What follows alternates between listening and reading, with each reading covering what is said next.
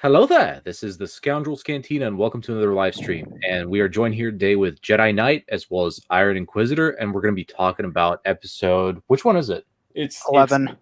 It's episode 11 of the Bad Batch. So welcome to the stream. Hello, everybody. Hope you're having a good day. And hello there. Anyway, do you guys have anything to say in regards to the episode, or in general? What have you guys been up to? Honestly, I think this is the one episode where we actually get some sort of Imperial-focused storyline. Yeah, it's and I something. was very surprised to not even that we barely saw the batch in it. Did you guys like that or not? It was kind of refreshing, I guess you could say. I mean, I was I like 50-50. them, but Like, I was 50-50 on that. Seriously? Yeah, I kind of wanted to see them, but I'm like, this is an Imperial-focused one. I want to see where this goes. I'm honestly glad that they finally decided to focus on the Imperial side, because after 10 episodes of the Bad Batch, we've literally only had half an episode of the Imperial side of things. And I've been kind of getting... I mean, I like the series. I'm enjoying it a lot. But for some reason, it's boring me to see the Bad Batch over and over again. It feels like the Mandalorian, in a way. It's just going to another mission, to another planet, and stuff like that, which is, for me at least, it's boring to some point. Although I enjoyed the clones much more than the Mandalorian, of course. But, it's just simply refreshing, and it feels more like the Clone Wars to me because of this episode. It's like a different story. It's like an anthology. That's how it felt to me, in a way. yeah, it almost feels like a continuation of some of the Ryloth stuff. Oh, yeah, definitely. it definitely does. All right, so before we begin, I just want to ask the stream if you guys can hear us all right. Also, if you guys hear us double, just let us know. Yeah, that was what I was about to ask. Like, can you guys hear us double, or is it all fine?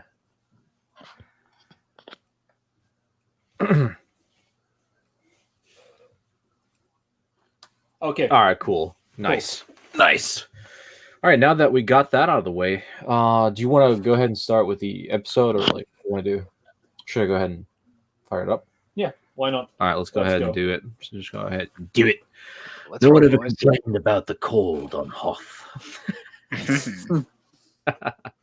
Like what you did there.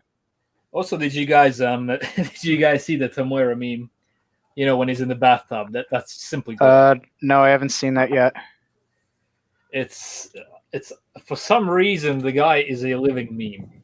Like he has his face is everywhere, literally, and people are simply memeing it. I mean, Yeah. imagine him trying to play Omega. How would that turn out? There's actually an image of it.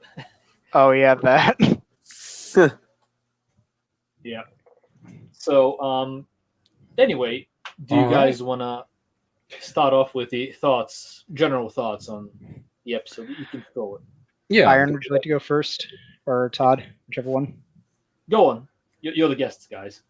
Yeah, you got to go first. Come on. All right, Iron, you can go. When the episode first opened, it's almost in a way felt like the opening of the last one. Like there's a political figure talking, and then they're all doing stuff, and then it went on a whole different way. Yeah, honestly, it started the same way, and it's something that I enjoyed about the last one, even though it's not really one of the best, if you ask me. But yeah, it started the same way, although immediately after seeing Captain Howzer, aka a new clone, I'm all in. That's the thing that I was waiting for since I saw the toy. Yeah, like for Captain Howzer, I think they definitely chose some really cool colors for the armor and like general design of the armor. And plus, now we're on this, on the scene. I really like seeing Ryloth again with the power bridge and everything. It just looks really cool. Like the place they chose to build the city is just amazing. Yeah, I almost completely forgot about the power bridge. Like Clone Wars is starting to come back to me again. Yeah, With all really this. reminded me of. Got the nostalgia hit right there. Okay, Although Oh, the nostalgia. animation simply looks fabulous, doesn't it? Though? Yeah, just imagine Clone Wars remastered in this animation. It would be just so awesome. Ooh. I would love that. Like seeing like natural lighting, better colored backgrounds and stuff. Yeah, Like the backgrounds look very hand drawn too. which is really cool. It just, I don't know, it just feels great. And it looks like they're using watercolor as well, or a digital version of that. Mm-hmm. Possibly. Possibly. Did I mention how much I love Crosshair's helmet? in the universe? What? What Did you I say? mention how much I love Crosshair's helmet? Not really. Why? I don't know. It's just a strange design that we've never really seen on a clone or a stormtrooper. No, this is like a mix of like a stormtrooper and a clone trooper, but it's kind of Yeah. too bad that they threw out the T visor. Yeah. It's more, if you ask me, it's more of a Commander Wolf and Commander Neo style helmet, and with slight differences to it. Not much of a stormtrooper, if you ask me. It's more Phase 2 mixed with the custom armor that the commanders have. What if it was Phase 3? Like, what if they ever did Phase 3 clones? What would that look like? Well, I don't even have to guess. Play Force Unleashed 1. Both Yeah, that's the closest thing. Yeah, I think we already talked about it like a few streams back. Just play Force Unleashed 1. You have the mix between the stormtroopers And the clone troopers, yeah. It's literally like a stormtrooper helmet with the visor of Of a Hunter. face. Yeah, Hunter, literally.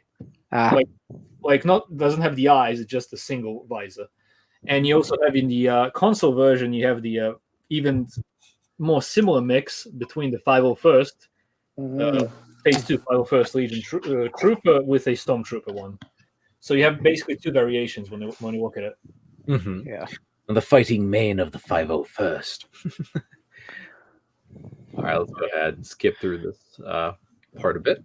Oh, look, there's the And fat there's- bastard himself. Yes. In the background there's Captain Howzer with this really cool looking armor. You know, the thing is, I think everyone loves to see new clone commanders and captains, honestly. Yeah, it is just really refreshing every time you get a new one. It's just very satisfying for some reason. Yeah. Mhm. Especially when they use new color schemes. Mhm. Especially, this is definitely a new color we haven't seen in regards to clone battalions or whatever. And you know what's weird? So let's say that, by my best guess, I'd say that about 2 or 3 months tops have passed since Revenge of the Sith at this point. What do you guys think? Probably something like that. Yeah. It seems like it. In a way, I'm kind of disappointed that they already removed all the colored armor on all the clones. Like, they're already white.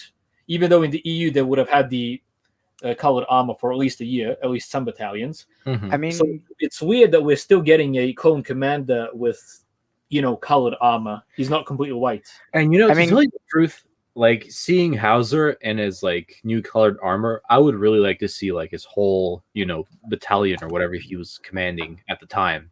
give it a few fan edits and maybe people just put the color schemes on the clones.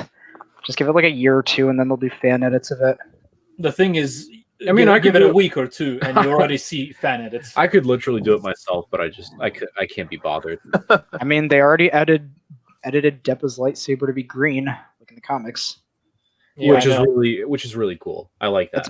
It's Mhm. better that way, or actually, give her the one color that she had in the EU. I think she had yellow, didn't she? She actually had a red lightsaber. It was either red or pink. Oh yeah, she and Adi Gallia had red lightsabers. I think Evan Peel did at one point, didn't he? Yeah, it was something like that. I'm trying to think about back to the old prequel comics. Also, I remember this is a bit off topic, really quick, but how many of you have read or at least know about Shatterpoint? Remind me. Like the Legends novel Shatterpoint.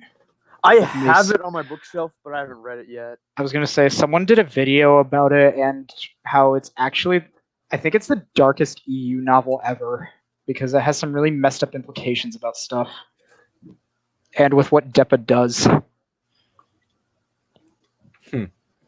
Honestly, haven't read it. Ah, Yeah, we're gonna have to give that a look. So now that we're on this particular scene, what do you guys think about Captain Howzer's Ultron? Honestly, I love the fact that he has turquoise. Because at first I thought it was cyan, but honestly, the color is really fitting for him. It is something in between, but it's definitely really fitting. Yeah. Yeah, it's like either it's a Mhm. mixture of cyan and teal, and then boom, You know, turquoise. what they could have done with him to just kind of improve it a bit more is to color one of the shoulder pads. You know, the one that doesn't have the the what's it called? The freaking pauldron, yeah. The left shoulder pad, they should have maybe colored that as well into that color. It's interesting that I've noticed since that came out, they've been using some different types of Clone Commander / Captain Armor stuff. Like, for example, Rex uses the pauldron on his other shoulder instead of the one Ballast is using here. Also, what is unique about him, which we haven't seen with many Clone Commanders in the Clone Wars, for example, is most of them have the commas, for example, as well. And his helmet is the only one, apart from Commander Stone's, that doesn't have some visor or an antenna on it. Which He doesn't have a waist cape either, I think, too. Yeah, that's what we were on about. Yeah, It's called a comma. Is that what it was called? Yes. Yeah. I didn't know that. Guess you learn something new every day. Yeah. And plus, I'm really digging his haircut. It's really soothing. Also, I would like to mention something. You guys know that was it Hasbro, the Dark Series? Yeah, they announced that they were releasing Clone Captain Ballast or whatever. That was the name. That was the original name of Howzer here. And what I've noticed in general, even with the Bad Batch, despite me liking it, is it's Star Wars today has become much more sloppy than it was like during the Clone Wars era, when the Clone Wars was coming out. In regards to, it seems that Lucasfilm simply changed his name in the last moment to Howzer instead of Ballast. Yet the toys on the toys, he's called Ballast. Like Lucasfilm never used to make these types of mistakes, that big of a mistake. I mean, back in the day, like the biggest thing would be the spelling mistake or something like that. So they're kind of sloppy in regards to that. Honestly, not professional at all. Honestly, that's the thing I've noticed with Disney canon. Like, compared to Legends, a lot of things in Disney's canon are just very inconsistent because I don't think they're not hiring people that want to keep to consistency. Like, continuity, yes, it's important, but you can't put that over. Well, actually, you can. I don't know why I said that, but basically, they're just hiring people that are being inconsistent with like lore and just how things are done, pretty much.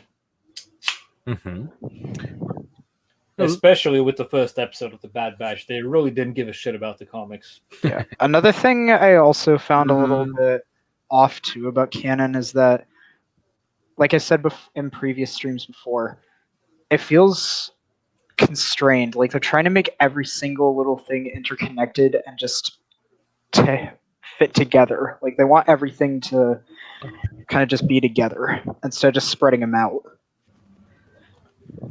Yeah, I mean, honestly, something that this series doesn't need is more Ahsoka screen time, if you ask me honestly. Mm-hmm. Like, there simply is no need. We already have 3 series at this point. Honestly, in regards to The Mandalorian, I don't give a shit. It was just nice to see a white lightsaber in live action, though. Yeah, it was. Really cool. That is true. That is true. Yeah. True, but the story feels irrelevant to me in comparison to Rebels and Clone Wars. So I guess it's kind of, she doesn't have to be in this series as well, because it seems that they're only focusing on literally Clone Wars characters that we've seen before. Even though I love that, I really do. I love that in Rebels, but it doesn't have to do every single one except for Hondo. Hondo's awesome. Oh yes, you cannot skip out Hondo. This series will suck if it doesn't have Hondo, the best pirate we've ever seen. Yeah, Jim Cummings does a wonderful voice with him too. Oh yeah. Wait, he voiced him? Yeah, Jim Cummings voiced Hondo. How did you not know that? I didn't know that. That explains why it's so good. Dude, how did you not know that Jim Cummings has a recognizable voice? I just never thought about it until now. I mean, we even noticed him while playing World of Warcraft. He plays some Pandaren there. Like you can immediately recognize his voice. Very similar to Marco's when he does it. Yeah. Awesome voice actor, honestly. Indeed. Okay, let's move on. Honestly, this was a weird move, if you ask me, in regards to Cham Syndulla. He was always a rebel of sorts, even during the Clone Wars, and now he's suddenly accepting the Empire. But what I've noticed, I think probably the biggest and most interesting question in this episode that we can go deep into, if you ask me, is Captain. What's his name again? I was gonna say Ballast. Howzer? Howzer. Yeah. Yeah. Yep. His state of mind in regards to Order 66. By the way, that sound was Todd's dog. Yeah. No one thought it. It was Todd's dog farting with its mouth. Okay. Yeah. In regards to Howzer, part of me thinks he probably didn't execute Order 66, but then again, didn't he? They said he was on Ryloth the whole time during the Clone Wars, wasn't he? Well, you know what I'm guessing? I remember during the Ryloth arcs, at first it was Mace Wind. It was the which Mace Windu's 21st, battalion. Yeah, that was in season 1, wasn't it? It wasn't really Mace Windu's battalion. It was the Reconnaissance Corps, and it was led by Commander Pons. Yeah, before Neo took over. Yeah, after Commander Pons died and another battle ensued, we had Captain Keeley and I'm a Gun Die. I'm gonna die. Yeah, so I'm guessing Howzer came in to fight on Ryloth after Keeley's battalion was wiped out. But my question is, who was their Jedi general, if they even had one? For some reason, I don't think he had one, or if he did, if Howzer did have one, it seems like he was never under the effect of the inhibitor chip, if you ask me. Like literally never. The way he's acting, you know. Yeah. He was simply probably on Ryloth. The war was coming to an end.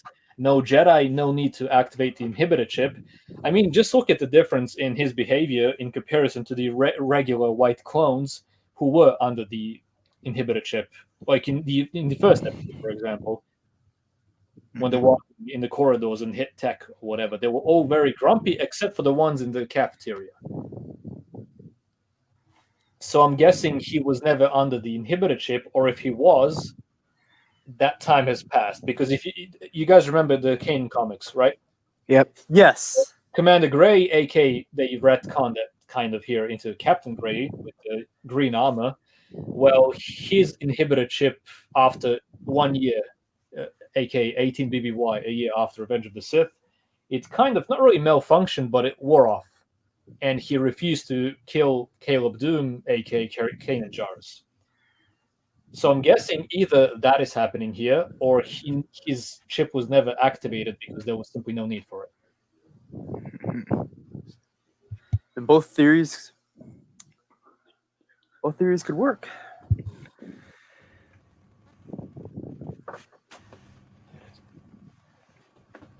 Okay, let's move on. Indeed, we shall. Should we talk about the elephant in the room for this episode, i.e. Hera? Is that the elephant in the room? I thought it was Howzer. He's one of. It's a bit of both, I guess. Honestly, he's the main reason why I was kind of happy There- in this episode. There is a third elephant in the room, but that's not going to happen for at least a little while. So No, just say it. Do it. Who cares? Yeah, We don't have to when I go. first saw that Periscope, I was like, Chopper? Hall? Yeah, I was. That was literally my reaction as well. I'm like, Chopper, what the hell? You know, Are we in Rebels already? For some reason, I thought that the Green Twi'lek with Cham Syndulla was Hera. For some reason, even though she's supposed to be much smaller, I'm like, that is your daughter. But yeah, have you guys noticed that she has a completely different accent? She has like She has her Twi'lek French accent. Mm-hmm. Yeah, Still. what do you guys think of the Twi'lek French accent? hot. I think it's very fitting for the Twi'leks. Honestly, France Yeah. has influenced a lot of things over the years. You know, the thing is, I really like how she is using that accent over here because she still didn't, pick up the, how should we call it? Galactic Basic. Yeah, Let's say the it that way. Galactic Basic, accent. accent. Anyway, let's move on. Yeah. I like the Rebels vibes, but at the same time, when you look at these three shows, Rebels, Clone Wars, and Bad Batch, you can clearly see that they're very much connecting it all, even though it doesn't really have to be that way. Mm-hmm. Mm-hmm. You know, it's really going to be enjoyable if they finish off the the Bad Batch in a really good way, and then you can do a really cool marathon where you just go Clone Wars, Bad Batch, and then Rebels. Yep. Mhm. Although that depends on how this series ends, if you ask me. Let's just hope it stays non-woke. Yeah, That's my honestly. biggest hope for it. For now, the ending of the series is going to be ambiguous. Yeah, someone's gonna die. That's for sure. Hmm If there is always death. Honestly, I like this moment here because it kind of just shows every child's dream of wanting to do something when they're fully grown. Like, You it's know what I just- was thinking when I saw what? that? She's the Disney princess wanting more. True. Have But you yeah, guys still. noticed how much they have actually expanded the story on Hera? Like, she's literally everywhere in every single Rebel story you find. During and after Rebels, she's pushed into everything, literally. She was Honestly- even mentioned in Rogue One. yes. Yeah. I love that, honestly. That was great. Like, I was Yeah. geeking out in the theaters when I heard her mention. I was just like, yes, connections, continuity. Honestly, I don't Captain mind. I don't really mind Hera in anything, really. Like, I think she fits into the timeline pretty well, and she's a good prominent character. And I really like how they introduced, well, not introduced, more like an Easter egg, how they showed the ghost in Rogue One as well, which is really cool. And even Yep. Chopper, you get to see him just pass by. That was Yeah. cool. Yeah, he's not moving all cartoony or Oh, anything. I will be back. Okay. Do you remember the episodes from Rebels when Thrawn visits their home here in Ryloth? And you also have the, if I remember correctly, was it the Y-wing starfighter that was in the background? Yes. That's where Hera got Chopper from. Do you know that? Yeah, and what's really cool, There there it we is. go, yeah. Right there in Ooh. the background, there is the Y-wing. Y-wing that Hera got Chopper from. Cool. Really cool. I just like how they're paying attention to detail, at least in that matter. Yes, and well, that's what we said many times now. Dave Filoni sometimes really doesn't give a shit about continuity, but at other times he really pays attention to detail hugely, especially when it's background details. He's the Mhm. best at those, for example, I'd say. So yeah. Mm-hmm. Well, yeah, very, very, very glad to see that they're back here, as we've seen it in Rebels already with Thrawn and the Calicori. Is that what was it called, right? Uh-huh. Yeah. Yeah. It's the Calicori, yes. And the thing is, the only thing that's missing here is some paint job on the clone armor. You know, it's kind of Yes. sad that Howzer is the only one that has some paint job on his armor. You know, I'm still very much hoping that we see more clones that still haven't went full white armor, Yeah. like in the EU. Full Empire. Yeah. They're all just a bunch of shinies at this point. And you can tell, too. Mm-hmm. Honestly, I'm very curious to hear what everyone who's watching this right now and you think in regards to Howzer. Is he going to defect? Because he seems to be a very empathetic clone, Mm-hmm. has a lot of empathy, and I think it's obvious at this point either the inhibitor chip is off, I mean, it was never activated at all, or simply, faded away, just like Gray's in the Kanan comics. I mean, it's 50-50. Like, he could betray, but then again, you can tell he might not. And I think the outcome that might happen is that he'll betray them, but I'm kind of concerned he'll be killed immediately if he does it. Mm-hmm. The thing is, like, actually, no, I'm not going to talk about that. Let's actually talk about that later on as we get to that part in the episode. Beautiful armor, honestly. The Yeah. color is awesome. Indeed, it's just really, really cool to see that. I'm curious, does he know Captain Rex? Because for some reason, it really reminds the armor, especially the torso one, is exactly the same as the regular 501st Clone Trooper, except it's a bit more like a, how would you What say it, a lighter blue. Mm-hmm. I was gonna say, what if they're the 500th or the 502nd? Who knows? Maybe. Could be. What would be interesting is what if he's the replacement for Captain Rex, as a captain, while Apple is the commander now. Maybe. I mean, it doesn't go with the EU that much. Although when you look at it, each battalion legion could have more than one captain and more than one commander, because you could have Bo and Vil simply off screen in the 501st, as well as this guy. Why not? Mm-hmm. True. Would be cool. You're aware of those clones, right? The guys who succeed Apple after he's killed in Kashyyyk. A little bit. Yeah. Okay, let's go on. Yeah. Here we go on. Skip a bit more. I love the unique hairstyle. We've never seen that with. Oh, yeah, with Clone Troopers. What's also interesting is how much he stands out in the Empire as a clone in general, especially because of the hairstyle. Because the Empire really wants everyone to look the same, and water them down to white. No uniqueness and whatsoever. So yeah. Are you on your phone, mate? Nope. It probably is. All right, let's just keep skipping. Yeah, it's really cool how Hera picks up on her mom's outfit back later on in the Rebels. Oh yeah, use the orange a lot later on. Hey, I just thought of something about the beginning with Cham being a little bit okay with the Empire. Because, like, if you think about it, what if they were just trying to get rid of the Separatists? And I don't think they discovered I don't think they'll know what the Empire's doing until maybe like a year after. Maybe that's why. Or this could have been the turning point. I think it's gonna be revealed in either the next episode or the episode after that. I think they're gonna focus on the Ryloth arc, as an end arc for the season. And I think where Cham is gonna, find out what the Empire's actually doing. Although I think he's already in deep shit after this episode. Exactly. So this is kind of already the breaking point, But I've noticed you can keep on skipping without a problem. We don't have to go through every detail. Don't worry about it. Have you noticed how Cham wasn't aiming to kill the clone troopers at all? He stunned them. Mm-hmm. Yeah. And even he's Twi'leks, he's a resistance that fought against the Separatists. They also stunned the clones. Like, they were trying to rescue them, knowing that something bad's going to happen if they get a trial. I mean, his daughter and, the so-called traitors.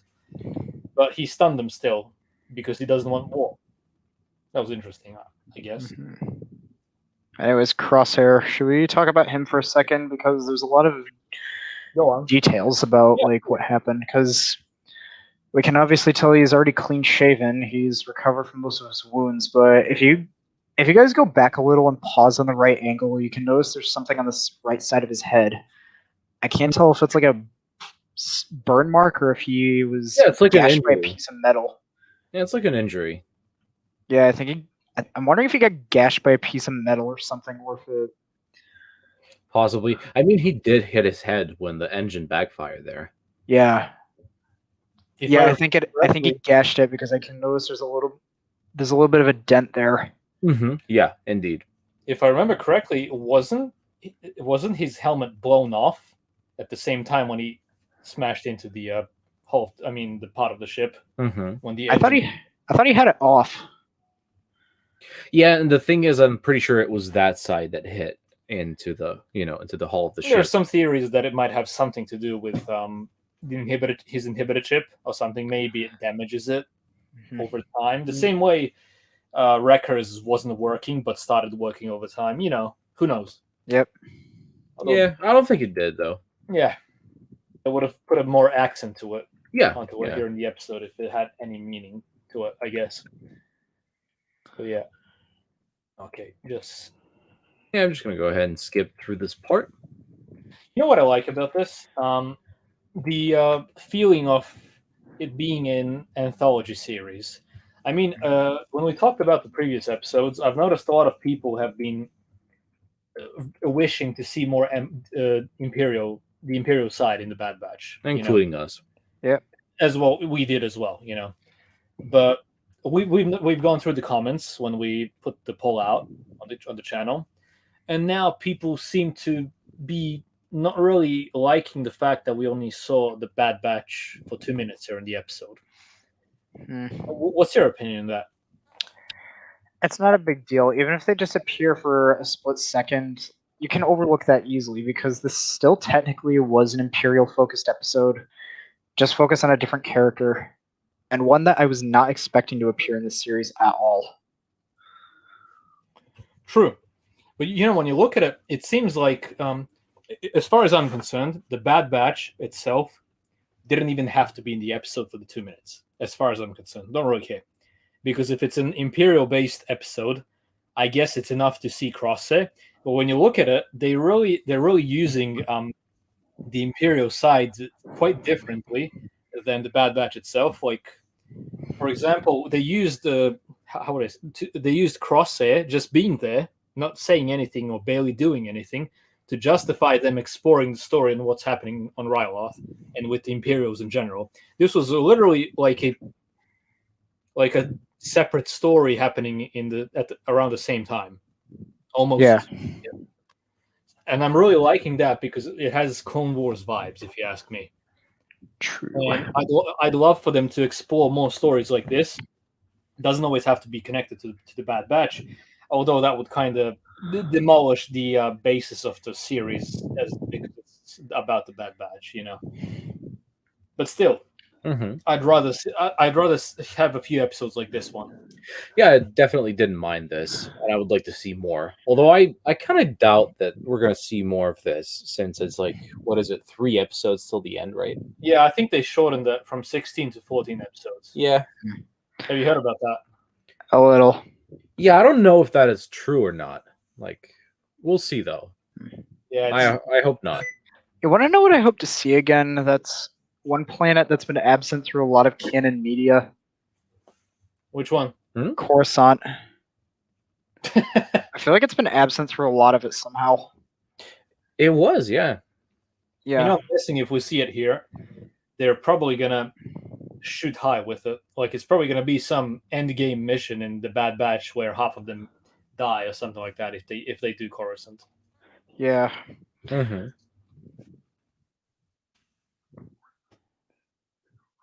And yeah, we didn't see it even in Rebels, sadly, though. It's a shame. Now that we talked about Coruscant, when was the last time we actually saw it? Revenge of the Sith. Really? Damn. That long? Well, are we talking EU and canon, or just? I'm talking about just like canon. Yeah, I'd say that because we technically didn't really. No, we didn't see it. That's kind of sad. Yeah. I mean, what do you think about the design of this ship that is in the scene? I think it was one from Naboo. This ship is pretty unique. I don't know what to make of it, actually. It just seems like a simple from point A to point B ship. Something like that. You know what it reminds me of? You remember the Blue Shadow virus episodes from the Clone Wars? Oh yeah, that. I remember that. You know, the one where Jar Jar and Padme were inside of. It's literally the same shape, just a different color. Ah, clever. That's up, thanks. So that's a Padme. We must save them. Let's take a weird ass ship. What this also reminds me of is, no, I'm actually not gonna say it. A certain bomber from a certain movie. Say it. Save it for after the stream. No, save it. Say it. Why not? No, use my knowledge. Use my knowledge. It is heresy to speak of it. Use By my Luke's standards. Oh, seriously, just say it. Why not? episode 8. Oh, that. Yeah. I actually thought you were thinking about something from World War II. Or No, something no, like no, that. no, no. Yeah, script. The bomber crappy thing. To me, it looks more like the KOTOR. You know, the Auric starfighter from Knights of the Old Republic. Then you have the Yeah, I other. remember. Also, it flies by the same principle as the Slave One. You know, upwards. Hmm. I can't remember what it's called, but it really looks like this one. So Mhm. I don't know. Very good. But then you have the D5 Mantis now that we're talking about the Slave One, which is pretty much the Old Republic equivalent of the Slave One. Hmm. Yep. Have you played it? KOTOR, the Bounty Hunter storyline. Of course I have. Him. Nope, never played SWTOR. Wanted to, never got to. I mean, it's free to play. You can go ahead and. I get it. mean, MMOs, they just never appealed to me for some reason. Like, I would like to get into one, but do I really have the time? Yeah, that's probably the biggest problem in general. The time for it. There's some games that I feel like are just too big for me. In a We all way. have very busy lives now, and it sucks. I remember the good old days when I could just sit all day and play. Hmm. Now, And you sit in your computer and do something that matters. just like Harp says in Make Love Not Warcraft. Yep. Yeah. So yeah, we have the cameo of the Bad Batch, which honestly I was hoping that we're not going to see him at all in this episode, but I guess it's completely fine. Yeah, it's just for a split second. It's no big deal. True. But at the same time, it kind of feels like the galaxy is very small, since they're just almost bumping into Crosshair and the Imperials at every turn. Well, specifically Crosshair. They have shortened. I mean, they kind of did make the galaxy smaller. Especially with The Last Jedi. Although that's not part of canon as far as I'm concerned. Yeah. Sequel crap. Okay. I thought that the comedy in regards to tech was interesting. To say the Tech. least.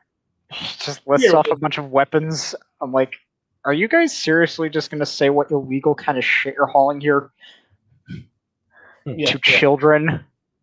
Well, then again, Omega's fine. Yeah, Mega's cool with it. Omega's just like, I'm cool with it. I know about the weapons, so it doesn't really matter. Honestly, I do enjoy seeing Omega on screen. She feels kind of fresh, honestly, than most of the other canon characters. Like Hera, you know. Like, there's a lot of characters that I would like to see again that actually are not woke. Which ones would you like to see now that you're talking about it? I'm talking about, like, and I'm just saying in general, like, for future projects, I would like to see Ezra again because I do want to know what happens to him. Same with Sabine, like, where'd they go? I'm talking mainly like the Rebels cast. Mm-hmm. Yeah, just kind of expand on the story a bit more, You know, especially with Ezra and Thrawn. Yeah, and I just want to see Ezra take his green lightsaber back because any green sabers I've always been a sucker for my whole life. Mm-hmm.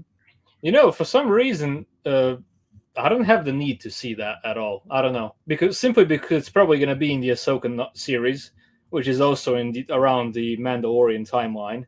I don't know. I just don't. For some reason, I love the ending of Rebels. It ends with Return of the Jedi. You know, the same way, sort of. To me, that was a perfect ending, and I would simply keep it that way. And like, as far as I'm concerned, Sabine and Ahsoka just found Ezra and brought him home or whatever. I don't have a need to see what happens and what bullshit they pull later because it's sequel territory again, you know. True. So, I mean, as soon as it's sequel territory, I just don't give a shit about it. Sadly, that's what they did. I just don't care about it. I mean, just as long as the Jedi are back, that's what matters. The thing is, they're not. That's the problem. They're not. Nothing's back. In the sequels period, anyway, they pretty much cucked us. Also, when we're on this topic, like off topic a bit, what are your thoughts on Star Wars Visions? Like, feel free to shit on that or whatever you want. Like Honestly, I'm not really gonna shit on most of it. I mean, there are some things that I think are a bit strange in terms of like putting it in Star Wars, but for the most part, compared to canon, making this not canon and have it done by Japanese anime creators, there's going to be a lot of creativity, I think, because a lot of animes I heard actually have way more creativity into them. Like, Japan isn't even for the woke stuffy at all. Like, they tend to put story over and character over everything else. Yeah, which is pretty cool. Yeah, and some of the art I've seen for Visions, I'm like, wow, I actually never seen some of this before. And I will admit, some of it does look weird, but in the end, it's just people doing what Star Wars is meant to be. Just be creative and have fun. Like, just as long as people are having fun is what matters. And try not to screw any of the original continuity stuff. I think it's. I mean, it's not going to be canon, so they can do whatever they want with this. Oh, really? No, it's actually not going to be canon, and that's one thing I'm happy about. Like, because Oh, that's pretty cool. I actually didn't know about that. yeah, because I'm thinking maybe I think maybe we could give it a chance because it's like I really think it will succeed because due to the fact that it's not going to be canon, there will be a lot of creative stuff with it, and some of it may feel like fan fiction, but Honestly, as soon as I saw the style of it, it already felt like fan fiction to me. Mm-hmm. And if we're gonna talk, I mean, even before knowing it's not gonna be canon, because I didn't know it wasn't, I think that ship has sailed in regards to canon. Like, if it's gonna screw something up or not. Like, at this point, who even cares? like Does anyone really care if it's canon or not? What difference does it make? But at the same time, since the Japanese are making it, yeah, you're right. You're right about the wokeness. I'm guessing there's gonna be none of it because they don't really give into that bullshit a lot. yeah. The good thing. And another thing is like that's the best part about Visions is that you can choose what works and what doesn't because like you can choose what stories from this you like and don't like. If you don't like this one, then don't watch it. If you like this one, watch it as many times as you want. That's the beauty of Visions. I see. Yeah, I agree with that. You know, now that we're on the scene, I just want to say that I really like how Omega is just proud of her room. Kind of love the room. Yeah. Like Yes. he just leads her to this part of the ship, and then She's like, Harris, this is the best part of the this ship. is my room. I have a giant gun in there, but it's still my room. I just freaking love this. Or if this was like a cartoony kind of series, Hera could be like, if this is your room, then what's that? And then Omega could be like, a giant gun, probably wreckers. You know what? When we're on the topic of a room in a ship and someone living on a ship, I gotta share some of my fantasies from way back, like in primary school. I mean, me and Todd went to primary school when the prequels were coming out, around that time, like around Revenge of the Sith. I think it was then. Yep. And the gunship, the LA-AT, is one of our favorite vehicles, like ever. It's literally, we love the LA-AT the most. And one of the things that we always talked about was how cool would it be? Like, imagine if you lived in a LA-AT, and you know how you when you go inside the LA-AT, when the side doors open. Yeah. You know how you can go to the front, like underneath the cockpit? Mm-hmm. Imagine if when you're going there, the door opens, and inside you literally have a desk with a computer, like at the very front of the gunship when you go straight through the door, underneath the cockpit. Just I was gonna say, I think I actually want to point this out. I think a gunship would be I think the LA-AT would be a little bit cramped, wouldn't it? Not really. Technically, when you look at Really? it can fit quite a lot of troopers in it. So I don't think it would. So just imagine going inside that the part underneath the cockpits is your room, technically. Not where you sleep, but where your computer is, the desk, and a few how would I call it? Shelves or something like that with Lego. The way I do it. Something like that. And imagine where the main doors of the gunship are. Just when it closes up, a bed just falls into place off the doors. How would you describe that, for example? Like that would be your room or something. That would be so cool. Like a I would bunker. like that. I would actually kind of like that. Yeah, just imagine when the door is fully closed from both sides. The bed slides off the those doors. Yeah, on they the just inside, fall into place like from the doors. and that would technically be your bed. Or what? It's just fantasizing about if you lived in the LAAT, and that's what I like to talk about back in the day. You know my So favorite I wrote- ship. I wrote- Yep. Actually, you know what my favorite ship in all of Star Wars is? We'll go ahead and say. The Acclamator class assault ship. Really? Why that one? I don't know. I guess I just love the triangular design to it, and the fact that it was pretty much the first Clone Wars type of ship they used for naval combat. Mm-hmm. I just wish you got to go inside that in the original Battlefront 2. But You know- it had Have you played Republic Commando? once, but it was for a brief moment at a friend's house. Play it I again. It was literally the second mission, like the mission after Geonosis. You go into the an acclimator that the Delta Squad was, let's say, stationed at. Yeah, At the I beginning. think I remember because I remember watching gameplay of it too. I think I saw that mission. You know what's interesting about it? At that point, because they didn't really know what the insides of the Venator was going to look like what the design of the prequel, let's say, Star Destroyer type ships was going to be in the inside. It's completely different than what we see in the Clone Wars, for example. Yeah. And lore-wise, the explanation for it is mostly like it's one of the first, ships. So the Republic didn't technically get their style in touch, which is- Actually, it's so different, the inside is so differently designed than the Venators and everything else we see afterwards, because Wait. it's one of the first. I think you'd love it.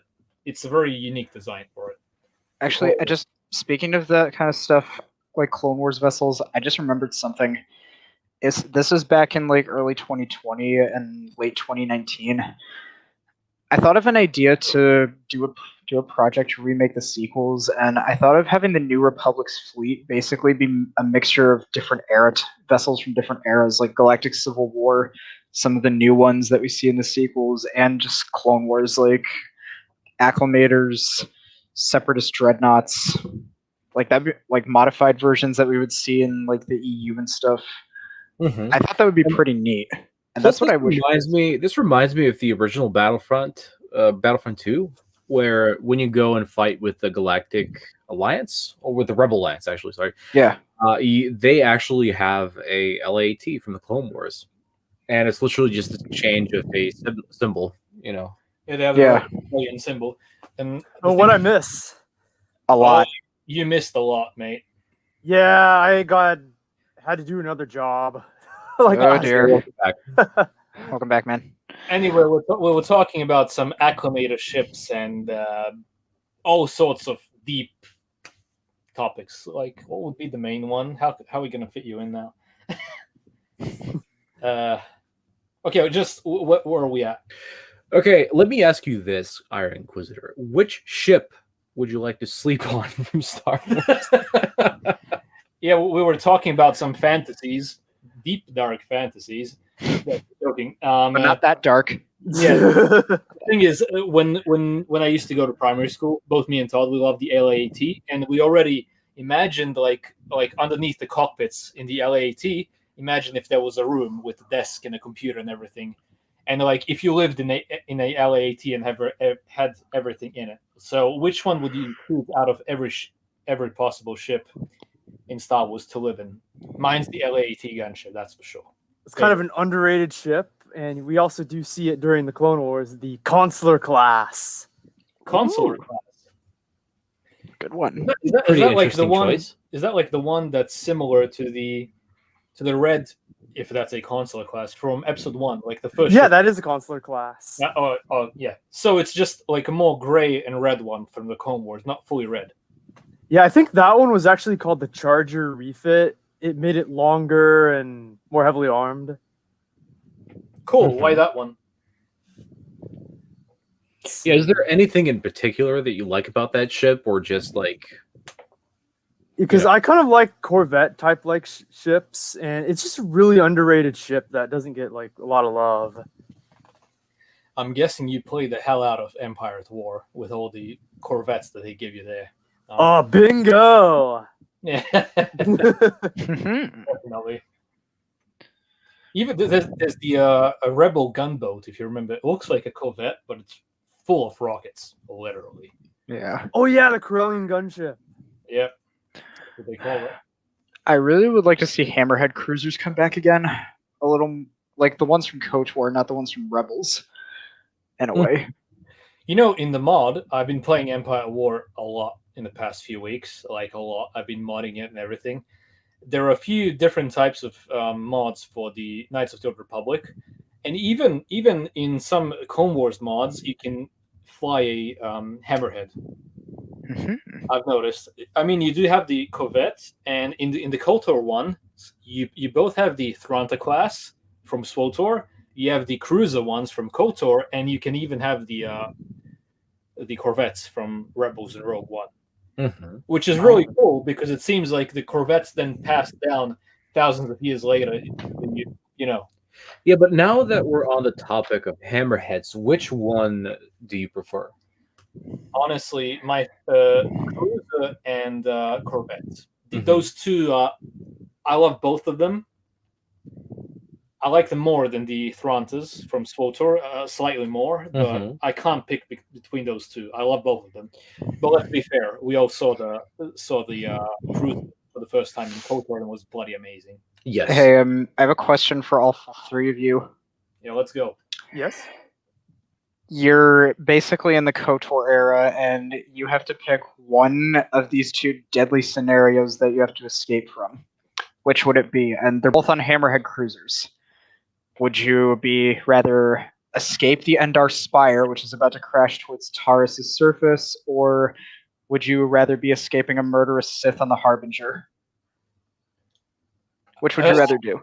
Definitely Endar Spire, because this one's creepy as hell. I shit myself when I played KOTOR 2 when I saw Scion in that In the hallway? in the hallway. Yeah. Boy. You know, there was a line of dialogue he said that was cut when he was walking towards Yes, in the them. He restored was going to content say, mod. he said something like, "I have come for you, Jedi. There's nowhere left to run." Which would be even more creepy. So no thank you. We'll go for the Endar. Yeah, I'm going with Endar Spire too because I at kind least of want to be on the Harbinger because that actually you can tell there's like a crap load of atmosphere with that scene, and it feels heavier too. Especially combined with the music, like it just sounds that or the is a creepy horror strings flick. that go. Yeah, something like I'm that. pretty sure Ugh. the fans feel heavier, if nothing. I sense you, my master. Faint, Faint. weak, and what Kreia says, for one as limited as you, perhaps, to have fallen so far and learned nothing. That is your failing. The failure is yours. No longer do your whispers crawl within my skull. No longer do I suffer beneath teachings that weakens us. And here you run in search of the Jedi. They are all dead, save one, and one broken Jedi cannot stop what is to come. Perhaps. We shall see. Immediately gets a hand cut off. You know what? Have you guys noticed how different KOTOR 2 is to KOTOR 1? How much scary in general it is. Like the places you visit are much more creepy. Because Avalon wanted to do a deconstruction of Star Wars, and he wanted to make more like a darker, creepier type of atmosphere. Like he wanted to do a complete 180 from the first one, and he pulled it off big time. You know, the first mission, the Paragus facility, like the first mission in KOTOR 2, always, ever since I played it for the first time, all those hallways creeped me out, like really, especially when they were abandoned. Like that first mission was scary as hell for me. Yeah, and I was actually scared of the mining droids when I was younger. Yeah, same here. Guys, same here. I'm not laughing at you, Iron. I just remembered something. Can I cut in for a second? Because I just remembered something. Oh, sure. This was a piece of cut dialogue that involved Atten. Do you guys know about it? Let's see.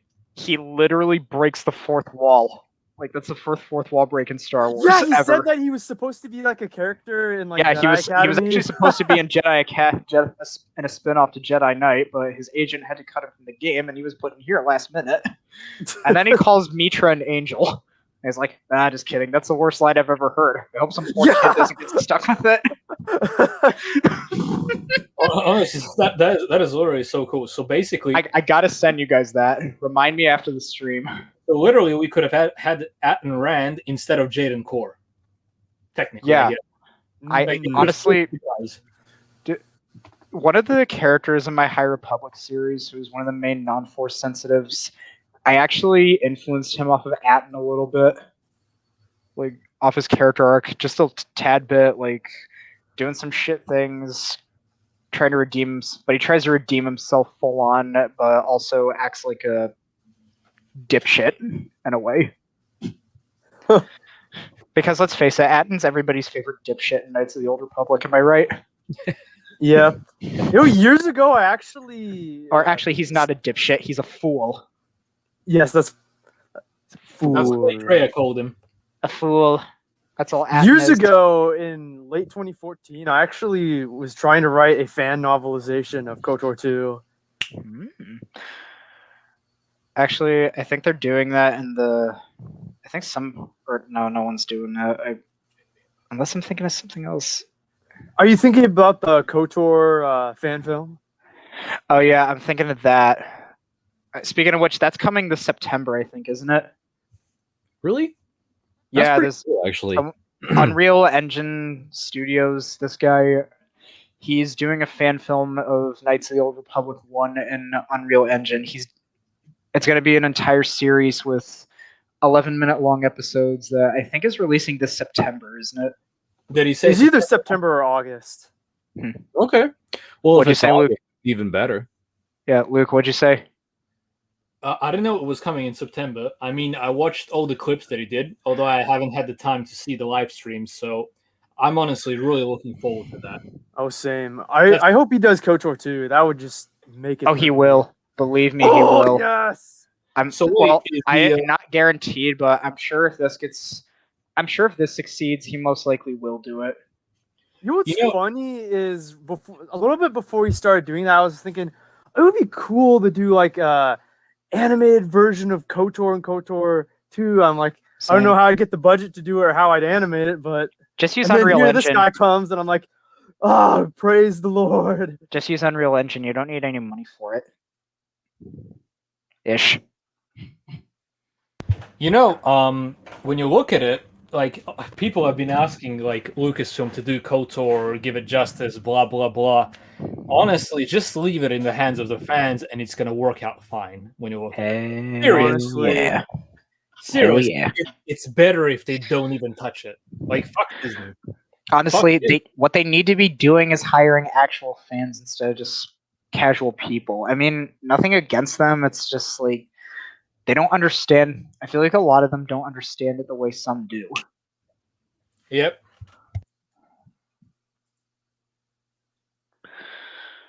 Have you guys watched the Dark Empire animation? Yeah, I've seen the first like 2 bit. episodes of it. Well, it only has 2 for now, and I've really been enjoying that as well. But I don't think it got a lot of traction like KOTOR did. And the guy really deserves a lot more views. So everyone watching, just type in Dark Empire animated. You're not going to regret it. It's an awesome series. And yeah, he's going to need a lot of work to finish it all. But it looks Did you see somebody's doing the Thrawn trilogy in CGI? It's a little bit choppy, but it's still good. Oh yeah. I've been keeping track of that as well. It looks awesome. Yeah, enjoying it a lot. Although I haven't checked that one out. Yeah, I think they have at least 15 episodes for now. Yeah, they just released one today. Really? I'm going to check immediately after. So, yeah.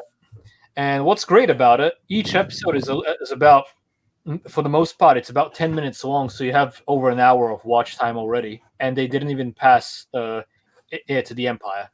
The first. Which I'm a little surprised at. I thought with the technology we'd probably already be on Dark Force Rising.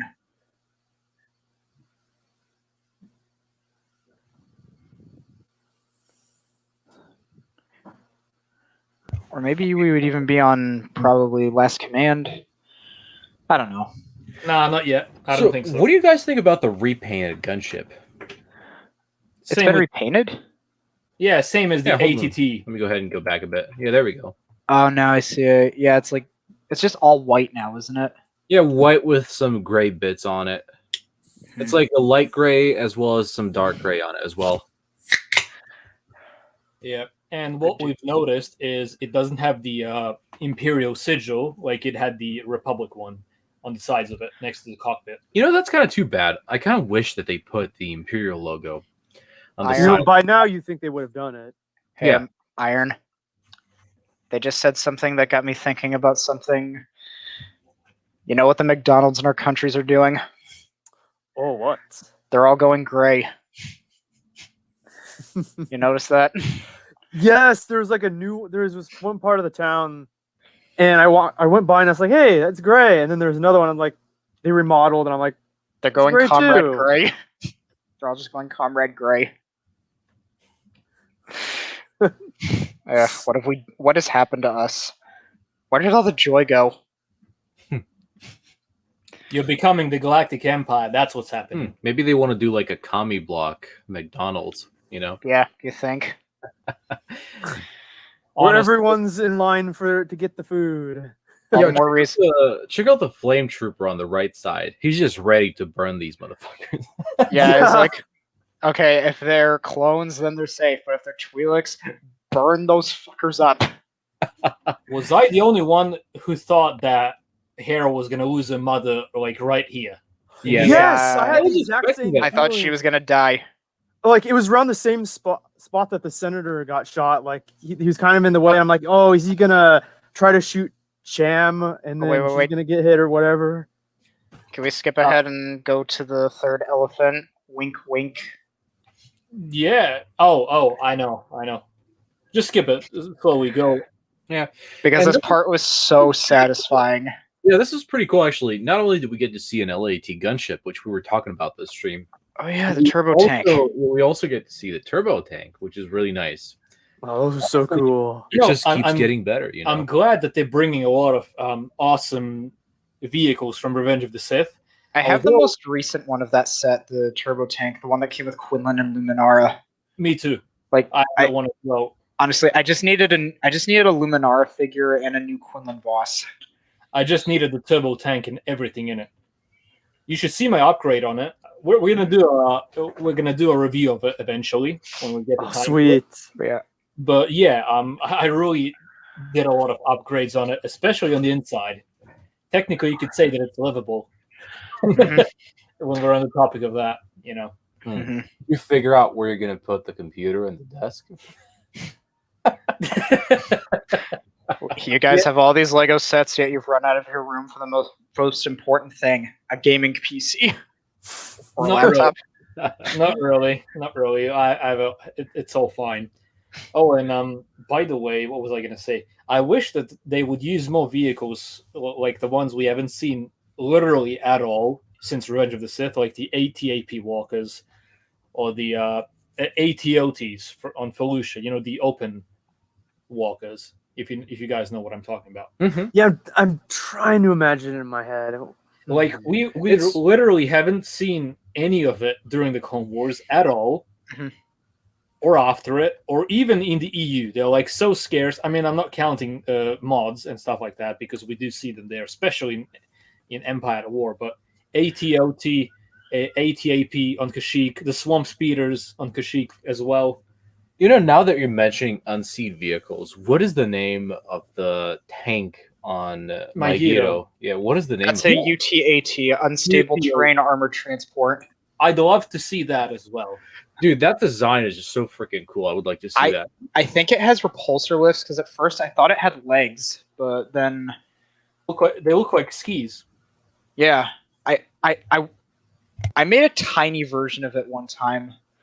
Like I made a little mini Megiddo, and then I just made a UTAT for it with Kiadi and a few clones. Boom. Speaking of Yeah. which, I want to see that planet more, Megiddo. Definitely. Like that More planet. screen time. it's an underused planet, and it sucks because it got destroyed in the Clone Wars, and I want to know what happened after that. Well, we do know in the EU, but No, the thing is, what I wish we had. We know that Megiddo has some of the biggest Clone Wars battles in all the Clone Wars. It was the longest battle, also. Technically, it had 4 battles of Megiddo that were literally one huge one that lasted for years. Yeah, literally. yeah. I think we need more actual screen time of Megiddo. Mhm. Honestly, one thing I love is that it's a snow mountain world with the 2 that's one of the more unique snow planets I've seen, and the kind I'd love to see more of. Plus, I love how the sun during the Order 66 scene, the sun's just going right through it too. The senator on the left is literally just like, she can't do that. Shoot her or something. This isn't all it's supposed to be. Howzer, finish her off. Yeah, that's exactly what Who's smashing their head on the table? It's Todd. I just made a good joke. That was. It was like, no, Todd, you did she can't do that. Shoot her or something, and I had to. It was the perfect setup. Literally. No. Howzer, finish her off. Look at his faces in each of those Patience, scenes. Chancellor. Patience, Senator. Patience, she will die. That was gold, honestly. We should make a meme. Someone make a meme of this. Please do It it. needs to be It made. has to be done. If someone makes a meme, it's going on the community post immediately. That was so. That was Yes, put it into subliminal messaging. People, make the meme. I think Make that's it. probably I what want to make this a meme. shoot her or something. Imagine if it starts trending. Yeah, that'd be great. Honestly. Yep. That would be so funny. Along with Tamara Morrison in the bathtub, gold. The Polynesian spa. Oh, there are no words. Come on, Polyn- you I think the Polynesians probably had it better than the Romans So tell me when or Greeks. Tamura Morrison is in the Polynesian spa, is then he Commander Pons? Wow. Oh, That's Commander Pons in the afterlife, though. Man, that's how he got his name in the Polynesian spa. The No, but Polynesian that's spa. Commander Pons in the afterlife, just chilling in the Polynesian spa and the Force. You know what I love about that clip? There are no words. There are no words. He's just so relaxed there. He doesn't give a shit. Uh, In his hometown, Camino. Tamora Morrison is a legend. He literally got the best characters of any actor. He has 3 million of them. Yes. Yes. With a million. He technically broke a record, didn't He he? technically got about 200,000 units with a million more well on the way. Yes, as we are seeing in this imagery. Yeah. You guys see the meme that we made on him? It's like the newest video. I had so much fun doing it. But Yeah. We should make another one, on Hoth. And no one ever complained about the Polynesian spa on Hoth. By the time we reach the the kid shook the stars. The hidden gem. Wait. By the time we arrived on the molten surface of the Polynesian spa, we knew what we were in for. This hidden gem. R1 was based on the first mission on Geonosis. The crucible of Geonosis. Yes. Yeah. It was hot, sandy, full of Chaotic. Polynesian spas. Come on, Camino, try something new. Okay, let's move on to the episode. All right, let's just get to the best part, the most satisfying thing ever. Yep. That I'm sure made up for the episode. I have been waiting for this moment a long time. At last, the fat bastard is no more. No more. Honestly, like I didn't like when they killed Tan Wei to a point, because in the EU she's even alive during the Yuuzhan Vong War. Like even for the ABY, she's mentioned in Boba Fett story, and I would just like to keep her alive instead of just killing her off here. Although I guess she could have survived, you know. There was no smoke. There was no wound or smoke coming off. True. We didn't see that much, so she could have just been Maybe she was just unconscious knocked. or really maybe Bane wounded. didn't actually kill her, but she was just knocked unconscious. As far as I'm concerned, she was just knocked unconscious, because they're probably not going to use her in canon anymore. So she was just knocked out. Why not? Let's be fair. Let's be a bit more fair to the EU if possible. With on Free Car, I was actually glad this happened to a point. Yes. It I was glad so, it happened, period, because I can't say he didn't have it coming. Yeah, and it was so Imperial, and it sets the tone much better, and fuck him. Yeah. The fat bastard is gone. Yes, As Darth Maul would say, bastard is no as Darth Maul would say, "What fun! What fun!" Yeah, Rebels, you know. What fun. You know the Mordhau line, "Dodge this, you bastard!" It could have been, this episode, you know what it could have been done as?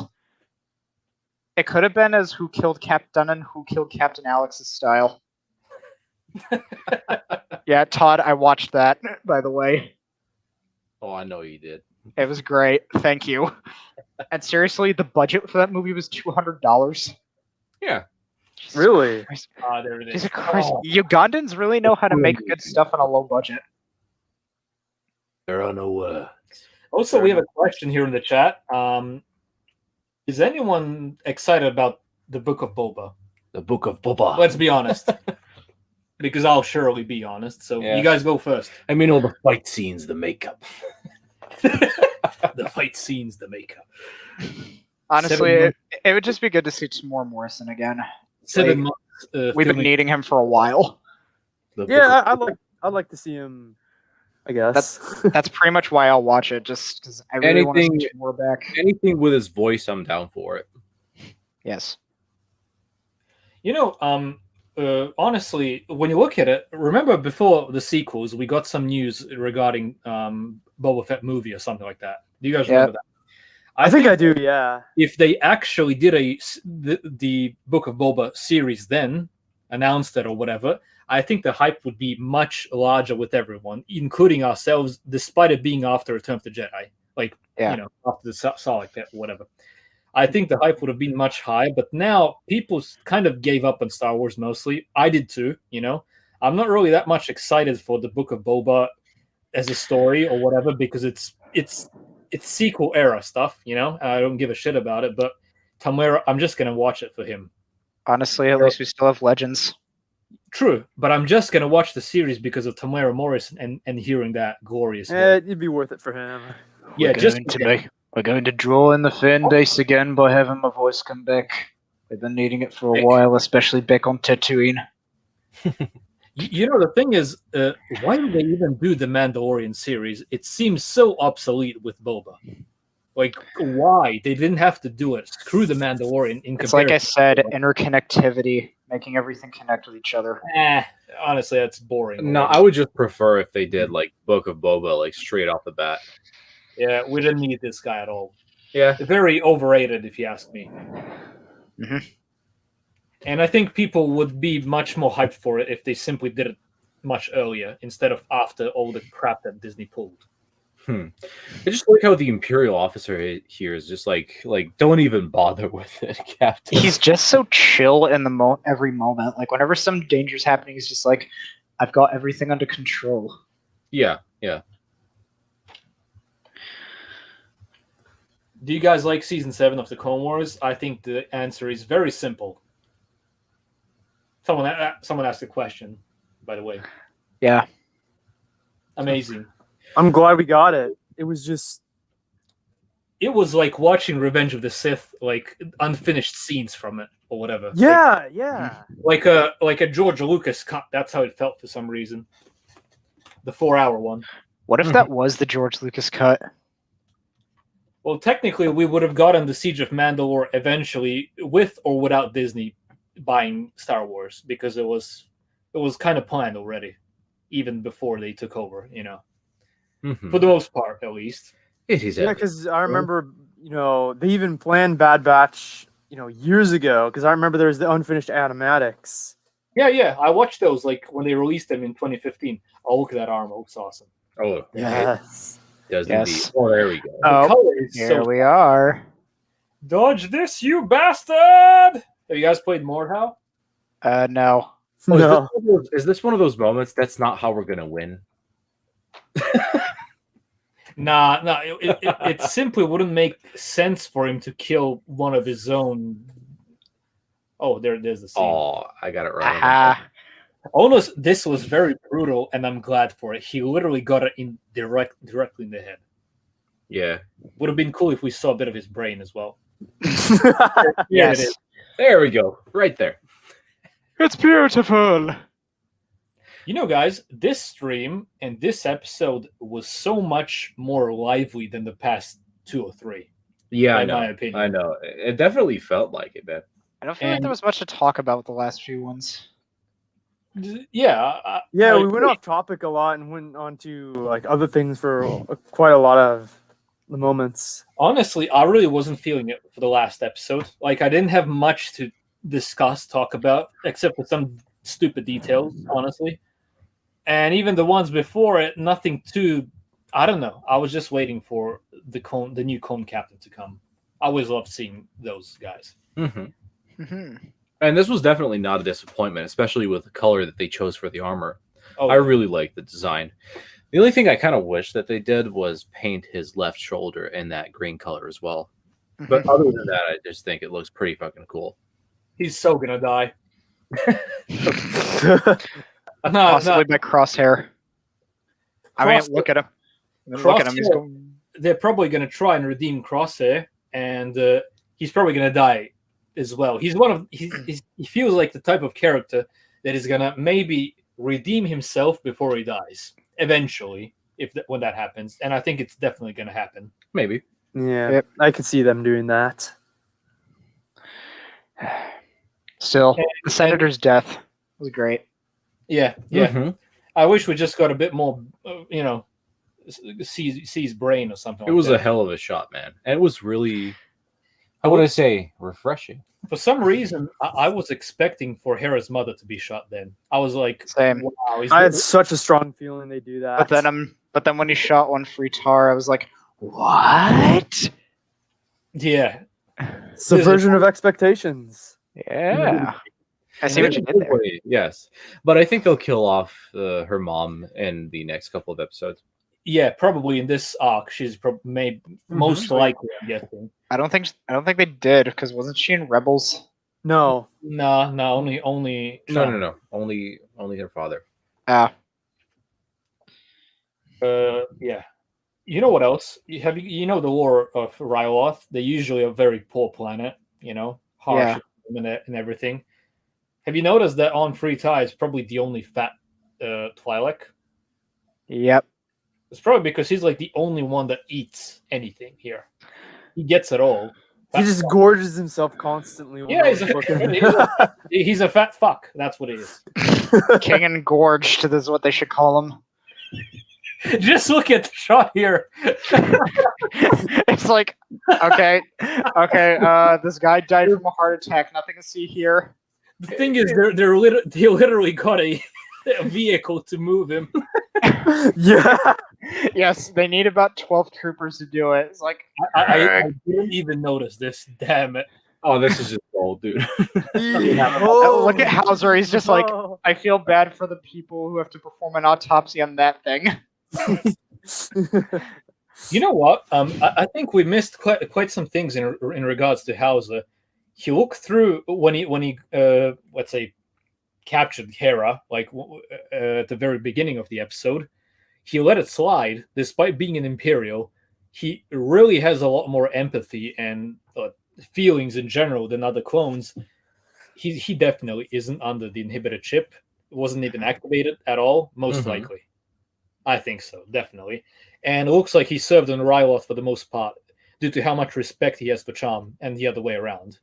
And if you guys remember, in season 1 of the Clone Wars, it wasn't really such a healthy relationship between Charm and the Republic. Mace Windu pawns and Mhm. everything. Yeah. Although I'm guessing Cham Syndulla, we didn't get a lot of him in the Clone Wars when you look at it. We only saw him in another episode on Ryloth with Captain Keeley. You know that epic stand when they saved the Twi'leks. Yes, and then I'm gonna die. Yeah. I'm gonna die. Jedi Master, I'm gonna die. But the thing is, it was an epic stand, and I think Cham Syndulla really started respecting clones then, and he got close to this guy who was probably the next. His unit was probably the next one who was going to land to Ryloth. So they seem to be having a Jedi general and clone commander relationship type. Except no Order 66 because there was no need for it. Yeah, there was no need for it if it was there. Without a Jedi, though. I don't know. For me, it just seems interesting in a way. All this, with the whole shipping of the weapons, it kind of got me thinking of, what's that one book? Lords of the Sith. Where the Twi'leks are kind of trying to rebel and take down Vader and Palpatine. Yep. Oh yeah, nothing, and then they slaughtered them all, literally. That was really interesting. Even the art is awesome when you see him. Vader and Sidious alone, right? If I remember correctly. Yeah, because at one point they crash land and have to survive together. Yeah, that was cool. Yep. So I guess this is it on the episode on what we talked about. Do you guys ever have anything to add? Do you guys have any finishing thoughts to add on the episode? I have to say, thank God that fat fuck is gone. Now Ryloth doesn't have to suffer anymore. They can finally eat. Maybe we can make up a meme in regard if he's Newt Gunray, shoot or something. And then this isn't all it's supposed to be. Howzer, finish off. The thing is, can we somehow connect that to the way Gunray gets killed by Anakin? Yes. Lord Sidious promised us peace. Wait, we only want to. Literally. Lord Sidious promised us peace. Tonight we were just geniuses. Yeah, this was a really good one. And let out a cheer that shook the stars. Yeah, Yes. I think we're off to make some memes now with Tamara in the bathtub. Yes. That's all I have to say though about that. Although our ones are specifically going to be based on Battlefront 2, the 501st Journal, because it's gold. 501st Journal memes.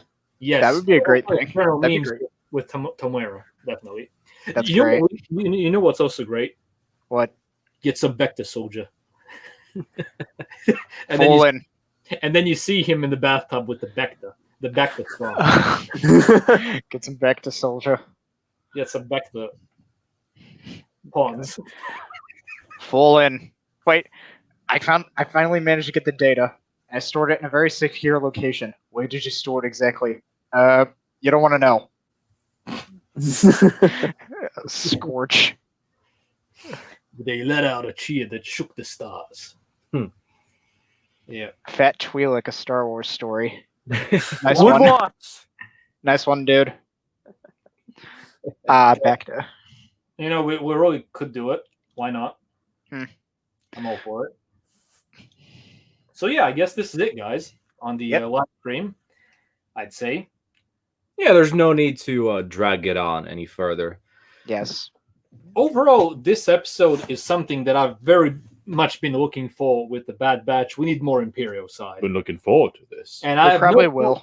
No problem with not seeing the Bad Batch for a whole episode if we're seeing Crosshair's side, even though Crosshair is more of a way to justify them moving this to someone completely else, in the story.